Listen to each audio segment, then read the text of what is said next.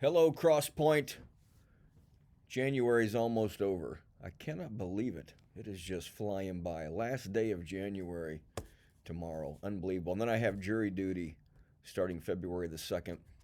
Have I ever told you the story of how I first had jury duty when we got over here? I was used to the way they did it in Texas, so I didn't really read the instructions like I was supposed to. So I called the number like the first day. They said they didn't need me. I thought I was done. I didn't realize you have to call every day for like a month. So I get a call that I'm going to be arrested because I didn't show up for jury duty. Not really, but they tell you you've missed and you're supposed to be there. And so I said, I'm sorry, I thought I was done. And so I showed up, and I had thrown away my paperwork. So I get there and they asked me for my juror number. Well, I don't have it. I didn't memorize it. And so she's like, "Oh, don't worry about it. I'll look it up." So she asked me my name and go ahead and have a seat. So then they usher us into the courtroom. And they say, "We're going to begin by reading off your jury numbers. When we call your number, say here."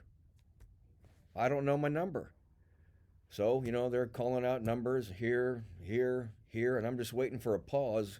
At one point they call out a number, nobody said anything, and I was just about to say here, and some lady perked up and said, "Oh, that's me." And so I keep waiting, and then finally there's a pause, and nobody answers, and I said, I think that might be me. And the one of the people says, "Larry Dunlap." Yes. I guess they don't. You're not supposed to use your name. I don't know. But anyway, Jeff Heath was the officer in the court that day. So he comes over. He recognizes me. They had just started coming to the church. He recognized me and said, "You don't have your number?" And he's whispering, and I said, "No, I don't have it." And he's trying to talk to me, and then the judge gives us the stink eye. And so I never did know my number. Finally, I got dismissed anyway. Usually you just tell them you're a preacher and they dismiss you. So, but anyway, I got jury duty starting February the 2nd, so that'll be fun. But we have a lot of stuff happening in the life of our fellowship for Heal the City, and I'm so excited about it.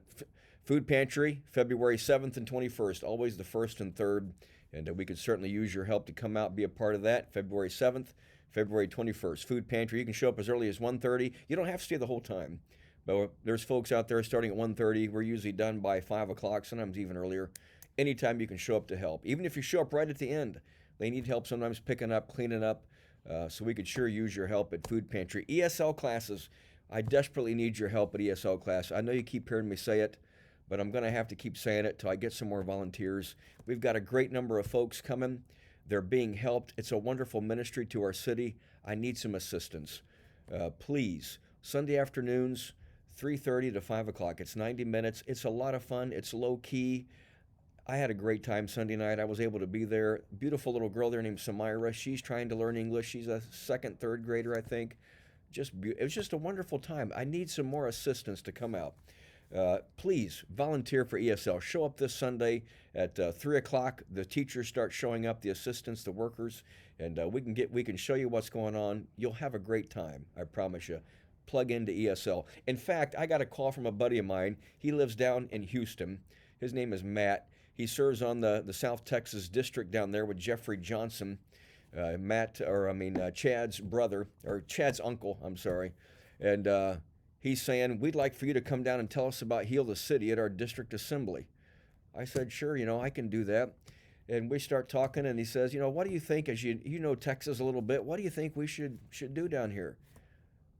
I said, "Start ESL. Every church should start ESL classes. You have instant road into the community."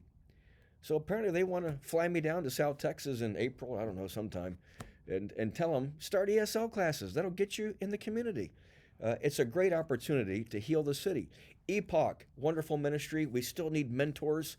It's 1 hour a week, anytime starting about 3 o'clock or so, maybe 3:30, between 3:30 and 6:30. 1 hour, Monday through Thursday nights.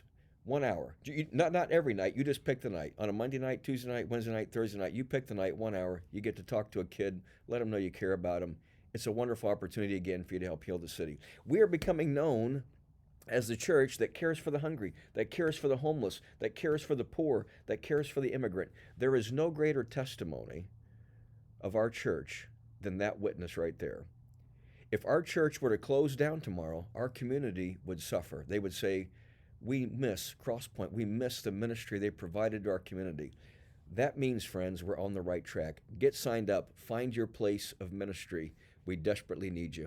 God's grace to you. Look forward to talking with you more about Cactus Trip this Sunday. Be there. God's grace.